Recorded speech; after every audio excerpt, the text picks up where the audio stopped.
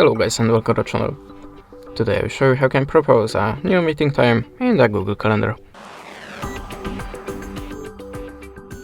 So at the start of the Google Calendar, then look for the event that you want to propose the new time. Like this one, tap on it and click here on this arrow.